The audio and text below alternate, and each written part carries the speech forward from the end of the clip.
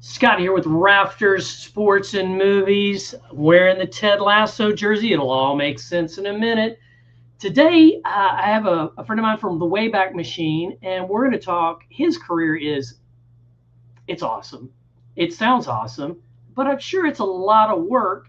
And so we're going to pull back the curtain of television production and go behind the scenes and talk about how those sports shows get to your television sets or your streaming channels, however you're watching it. I mean, some of you may be watching all that stuff on your phones. I mean, that's the thing. No legend. I'm going to do the introduction. They can't understand you. Settle down. All right. So here, for the first time on the channel, we have Tim, and Tim is in the Rafters. There's your pennant, which is up here in the Rafters. And so thank you for joining me today. So let's do a self resume here and tell the folks a little about yourself and a little bit about how you got into sports production. And you told me the technical phrase was broadcast management. Yeah, production. And let's start with that.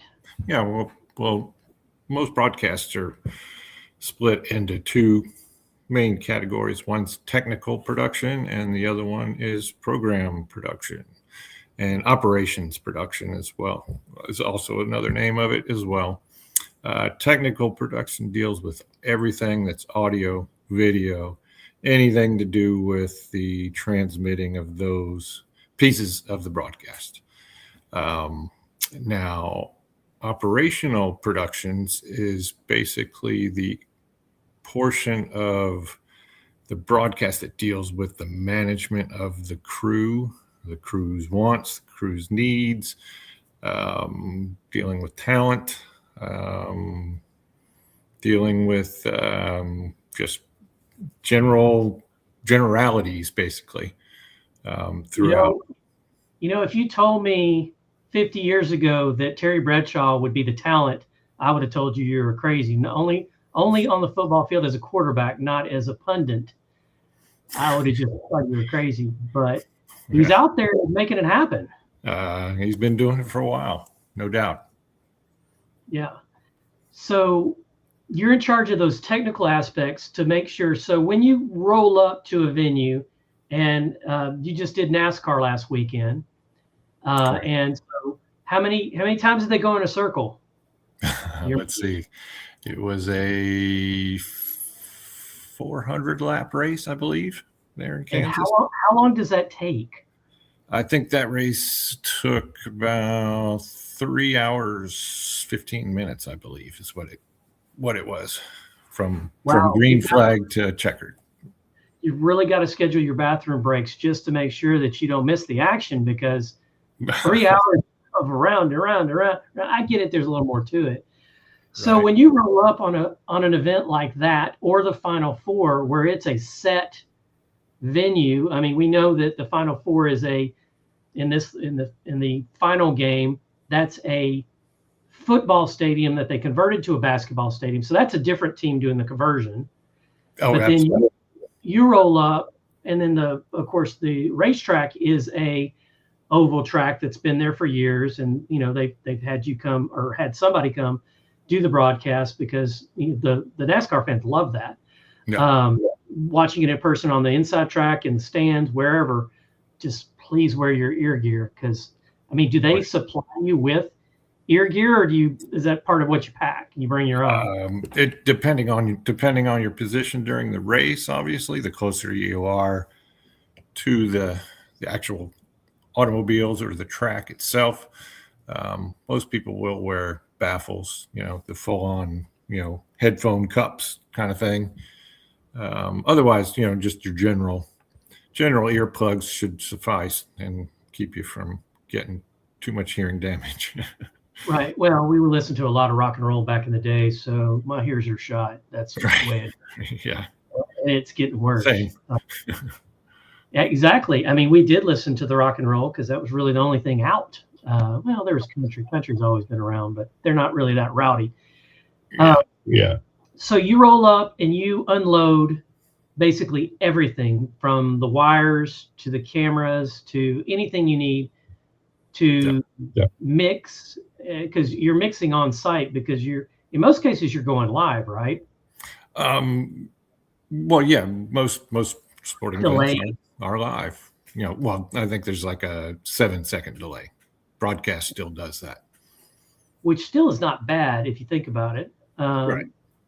But do you guys have to use the dump button with the broadcast, with the live broadcast, when you're, I don't know, maybe you're doing that game day, pre-game day, college day thing? And Yeah, I mean, they're certainly, when you're doing, say, like one of those studio type shows where the studio's on site, and you've got 5 announcers or 5 talent at a desk, and then you have, say, 1,000 or so college students behind you. I mean, yeah, you got to be prepared for cut breakaways. breakaway, quick camera change, whatever it takes to get whatever was not meant to be on the air off the air, basically. Well, you never know what could happen at any time. You could have somebody just run. Oh my God, Legends got loose. He's running across the field again, and he's down the tunnel. Well, that happens all the time too. And sometimes we don't even see that when the fan breaches the perimeter, breaks security, and runs on the channel. A lot of times we don't see that at all. It happened twice in the Super. Were you at the Super Bowl this last year? I was not at the one in San Jose this year. I was not. Okay, because they had 2 streakers, and they weren't streakers. They weren't full-on nude streakers, but they had 2 of them, a man and a woman, at 2 different times, and they did not show it. I didn't see it later till it was on YouTube. Yeah, that's usually the place to it. Yeah, because you don't want to give them what they want, or what they're going for. No. So how did you get into this business? And follow-up question, how do others, what's their path to get into this business? Well, how I got into it is, it's the way that a lot of people have gotten into the broadcast field with, networks and whatnot. And that is basically starting as it's a position that's either known as a runner, a production assistant, those types of positions. Basically, it would be, basically task oriented. You'll have certain tasks that you got to accomplish for the crew or anything that comes up. That's probably the best entry level position for anybody who would like to get into broadcast crews or broadcast television, because it's basically you deal with every position on the crew. So, should the opportunity arise and you have some extra time, and they do as well, you can talk to them about, what are you doing here? What is this thing? What do you add to the broadcast? And a lot of times, most of them are just more than willing to share what their job is. So between breaks, they've got to be bored out of their skull, right? It depends. It depends on the position, for sure. A lot of times they're setting up what's going to happen after the 3-minute commercial break or 2-minute commercial break. And a lot of times that stuff's flat out scripted, obviously not the game coverage or the game action's not scripted, but what we anticipate will happen at certain times, obviously end of quarter, beginning of the quarter, those kind of things is where you have little, production bumpers and things like that. Right. So we go into commercial, we go out of commercial.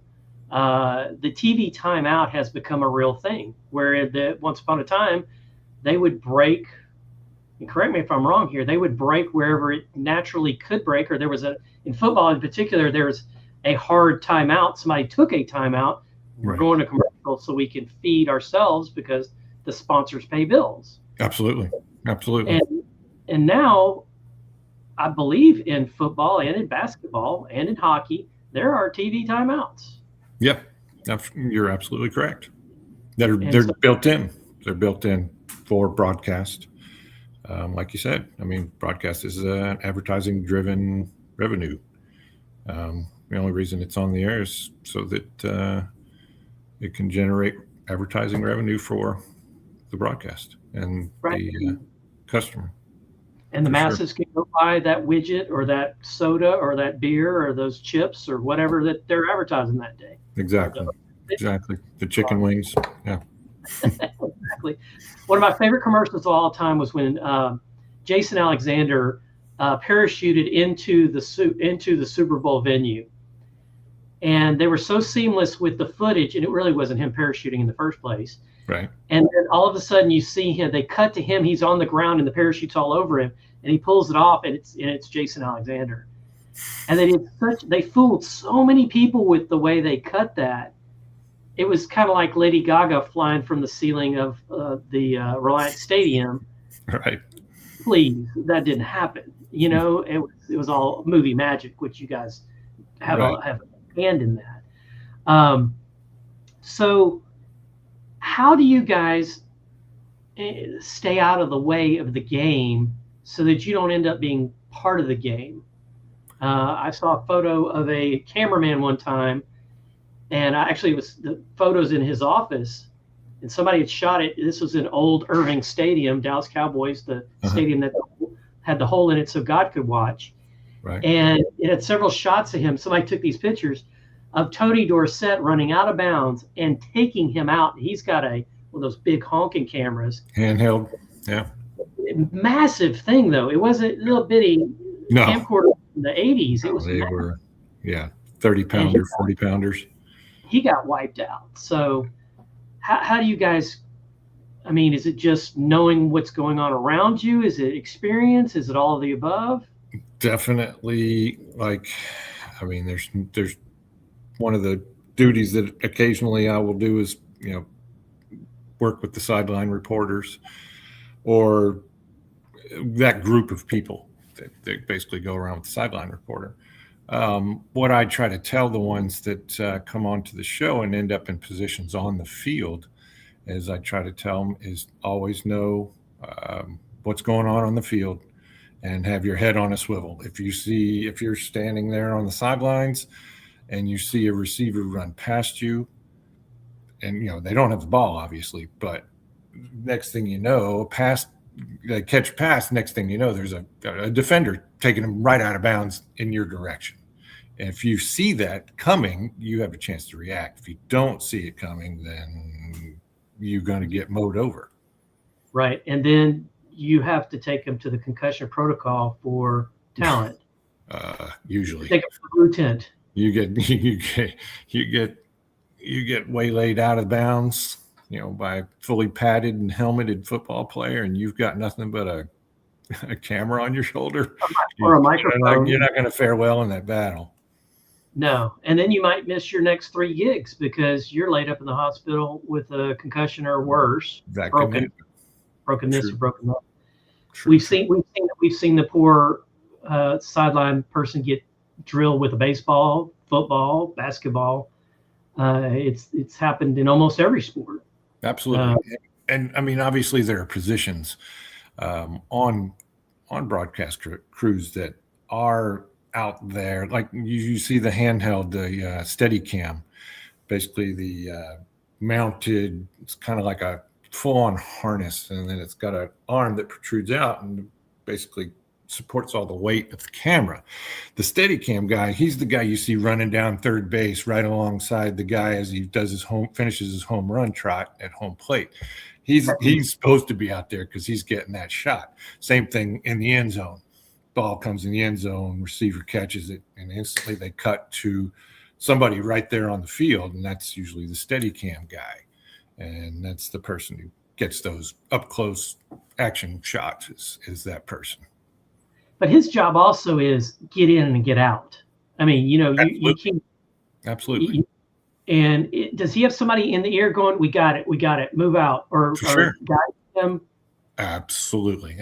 All cameramen have headsets or earpieces that they are receiving directions from the director of the show. pan left, pan who's right. I mean, who's receiving his instructions from the producer of the show. Producer basically has the vision of every broadcast.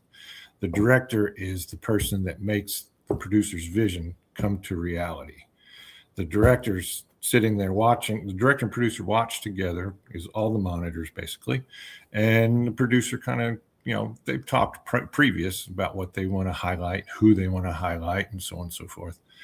The director simply follows the producer's lead and continues the flow of action based on what shots he chooses. He'll call out, give me cam 2. And there's a person sitting next to the director's right who is called the technical director. And he's the one who's got the entire board of video inputs.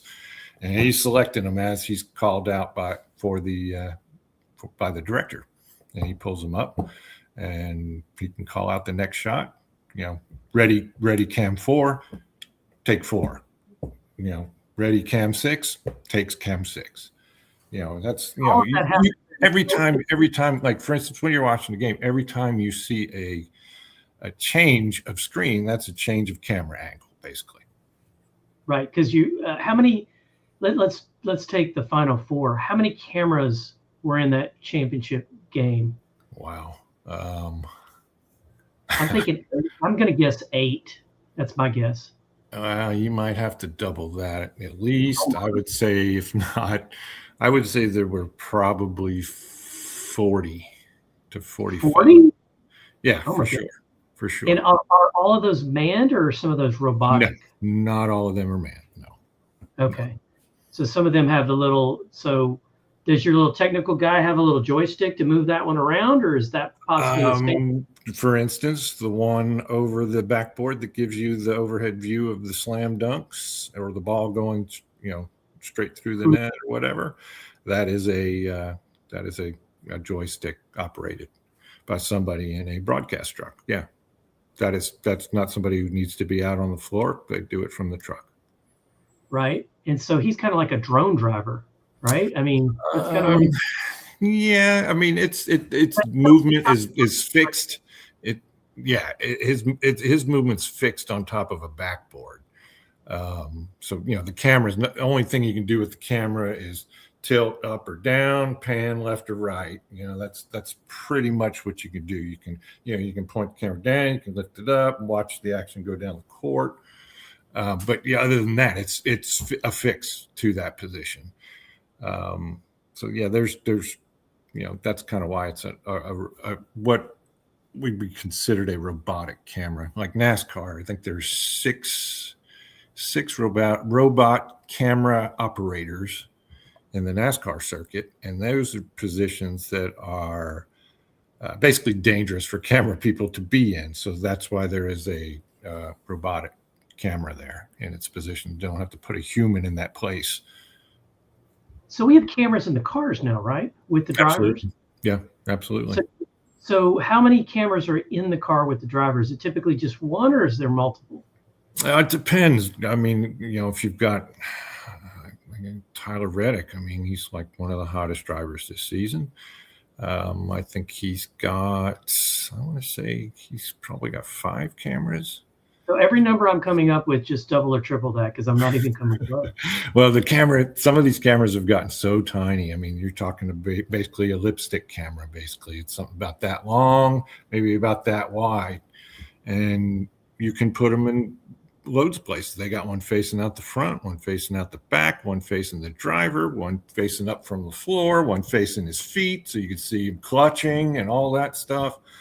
It's incredible. It doesn't add a whole lot of weight to the vehicle, because obviously weight's always something of a concern when in auto racing. So that really helped that technology make a big jump when the camera. That technology can actually last for 300 laps or 400 or whatever the race is. It doesn't like time out or battery out. Obviously, yeah, that's also that can be a possibility as well, because I mean, you don't want to go putting a whole bunch of batteries on board a NASCAR going 180 to 200 miles an hour. Those things, they've got to be as light as possible. not adding weight to the vehicle. Right. I just am. Well, the technology's come a long way because you probably remember the early days of not having this many cameras at a Oh, venue. for sure. You can still see some of those things, obviously on YouTube. Even back in the black and white days when the camera was basically fixed at mid-court, say for a basketball game, and it never moved. It just stayed there with that one shot. And they went back and forth on the floor, and that's what you saw. And if the fans got rowdy and bumped it, then you got a tilted view for the rest of the game because that's right. Production may not have noticed it yet, and they're yelling to get somebody over there because it's a fixed camera. Now they got to get somebody to fix it.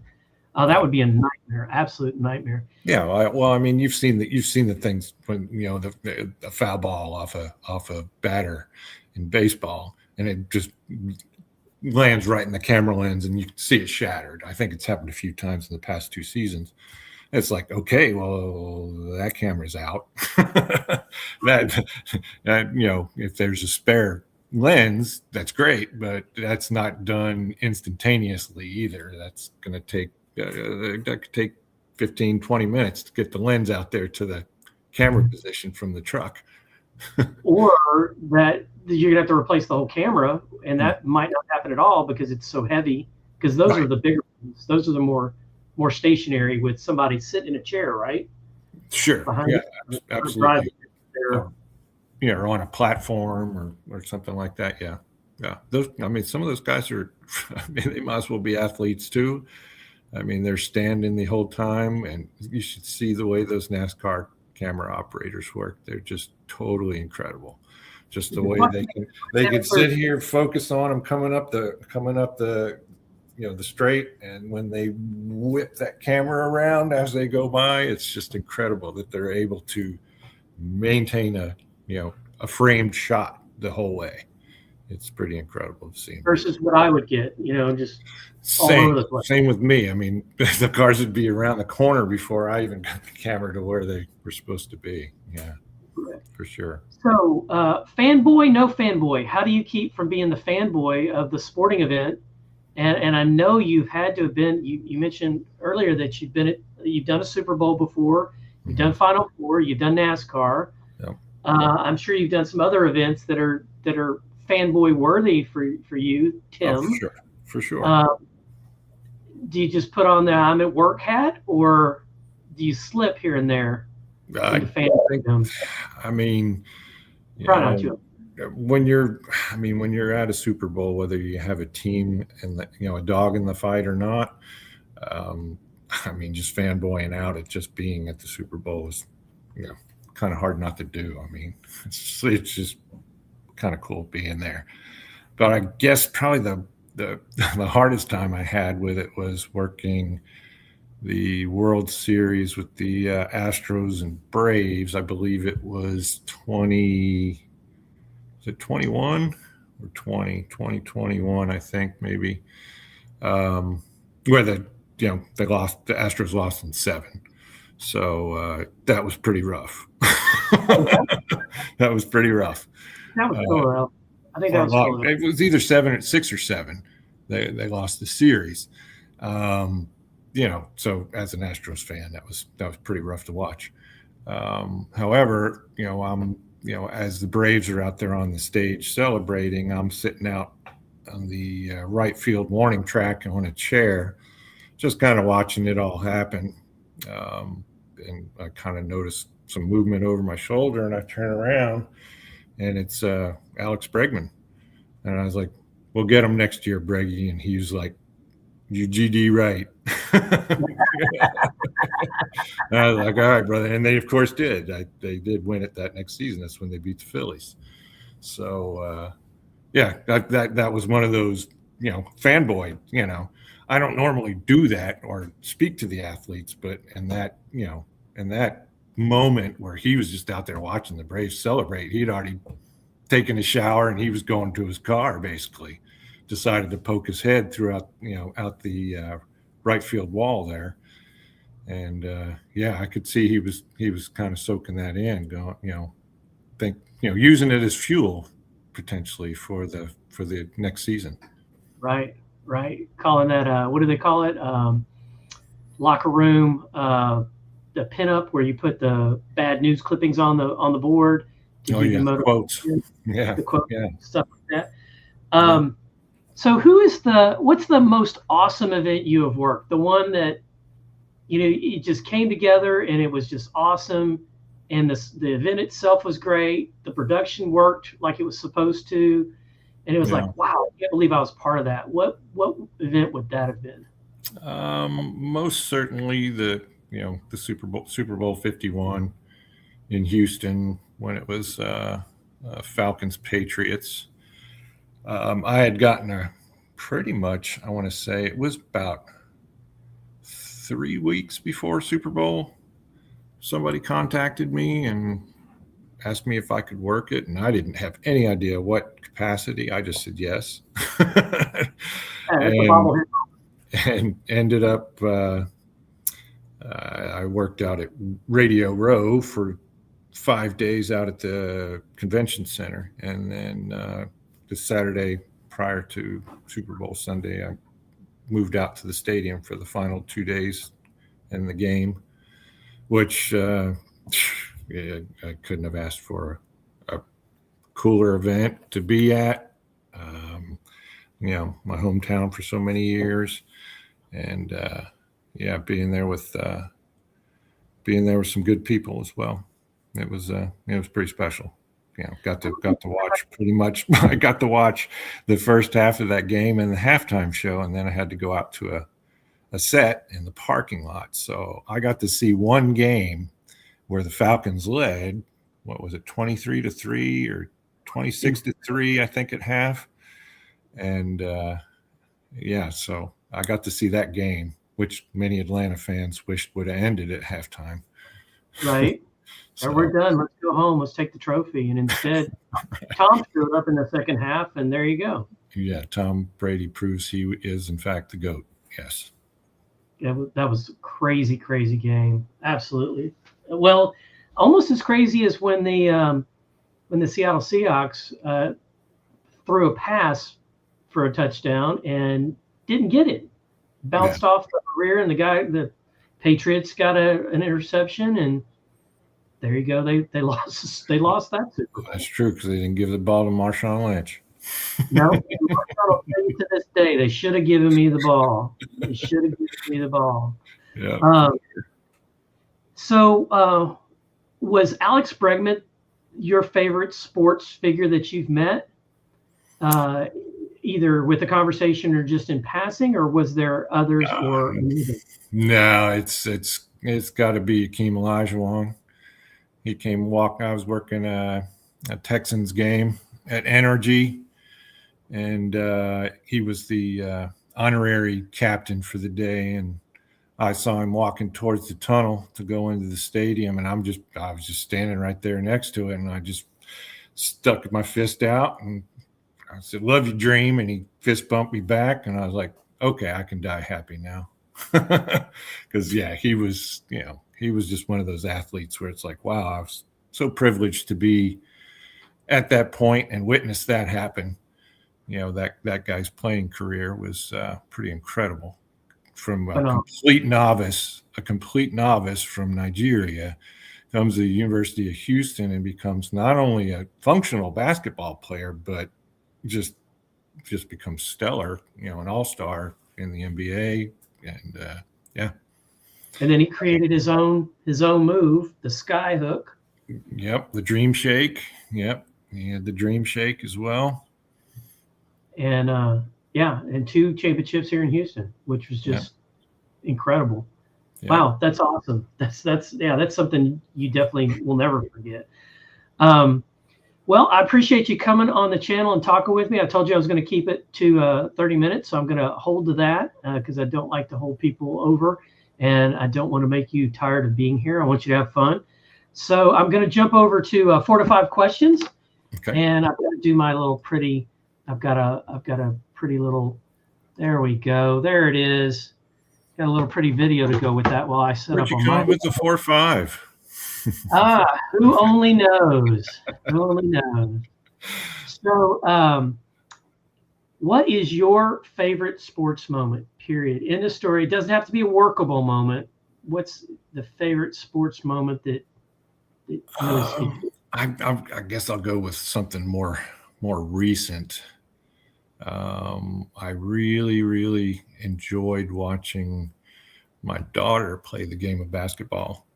Um, just got a lot of joy out of watching that, for It's sure. definitely a good dad moment. And then when it's good basketball too, it's like a double win. Yeah, it's indoors. That too. Well, it's definitely that air conditioning, wind, love snacks. love the indoor sports. Right. Well, until the stands break and fall down from being too rowdy, but hopefully that didn't happen to you. No, I've no. seen it happen before. It's kind of scary. I was actually at a basketball stadium when the stands collapsed No. at a high school game. Yeah, it was pretty crazy. Yeah. What is your memory of your first sports movie? What's the first sports movie you remember watching as little Tim? Yeah, little would definitely be a good description because the movie Brian song. Oh my! I'm a man. I'm an aged man, obviously. So, a movie from the '70s. I was still pretty young and impressionable, and that was one heck of a tearjerker. I'm sure everybody cried. Mom, Dad, everybody. Yeah, probably everybody trying getting choked up, It But is super. definitely that, or definitely the movies in the '70s when I was a kid were definitely the biggest impression. Like Rocky and Bad News Bears, those kind of movies in the '70s. Really, really kind Can't of. go the 70s without some bad news bears. Absolutely. Right. Absolutely. Um, okay, so what is your favorite sports motivational movie that just makes you want to run through a wall? This just like I could do anything. I'm trying to think. I mean, I really liked the movie Miracle about the Miracle on Ice. That's pretty impressive. Um, I mean, I would definitely say that one. I'm trying to think of something more current, but nothing that I just don't think got me pumped up or anything. I don't really think you have many recently, and I've been working on this for over a year now of cataloging videos. I find if people send them to me, is that on my list? And I'll go look and yay or nay, it's not on my list. Or they tell Right. me, oh, you need to watch Glory Road. And I'm like, I think I've seen that. And then I'm like, have I seen that? And then I go back and watch it. I'm like, I think I have seen it, but now that I've seen it again, Hmm. it's a good basketball underdog story. And so the recent years, not so much, unless we're talking, Ted Lasso or Stick or some series. Yeah. Uh, Oh, Ted Lasso was fabulous, incredible show. I loved it, and just I'm really hoping that season 4, or the new reboot or whatever they're going to call it, Right. is good. I Well, mean, I'm really scared. hopefully they keep the as much of the cast as possible. Well, I don't know. It's the writing. They've got to write it right. They've got to make it For witty sure. yet satirical yet not too woke. You got to toe the line, and we'll see if they can. I mean, the writer strike's over, so Yeah. hopefully we'll get good writing in it. And okay, so last of our questions here. Favorite movie, snack, or drink? You can have anything you want. You're settling down to rewatch or watch your favorite movie with the fam. You're in this mystical fantasy scenario. So you're already comfortable. You're already relaxed. The movie's queued up, and magically, you have your what? Well, I mean, since you have the dine-in movies these days and whatnot, I mean, you can pretty much get anything. But I'd have to say, maybe some chicken wings and a nice tea. I'm pretty simple. Okay. So which wings would you get? Are we going old school with the buffalo sauce from I'm more of a teriyaki guy. Oh, okay. Okay. A little bit of twang to it. Yeah. Different. All right. Nothing wrong with that. And a tea. So you're very simple on the drink. Yep. No worries. Now, would you go the sweetened sun tea, or would you just go straight up? No, I'm off the sugar. Good for you. Go with unsweet. Yeah, if I can not eat sugar in a day, I think bad things would I happen. didn't say I didn't eat sugar, but I don't drink Right. it. But you don't drink it. Okay, I respect that. That's a step in the right direction. That's a step I need to take.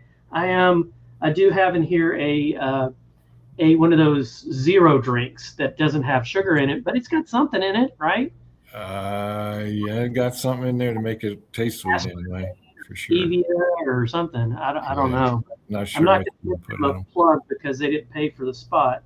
Um, it'll just be my snake mug with There you the snake tail. Rattler mug, huh? There you go. Well, Tim, thanks for coming on and talking to me a little bit, pulling back the curtain of sports productions. It does sound like it's a lot of work, and you've got some much deserved time off. So I hope you get to enjoy it with your friends and family. Absolutely.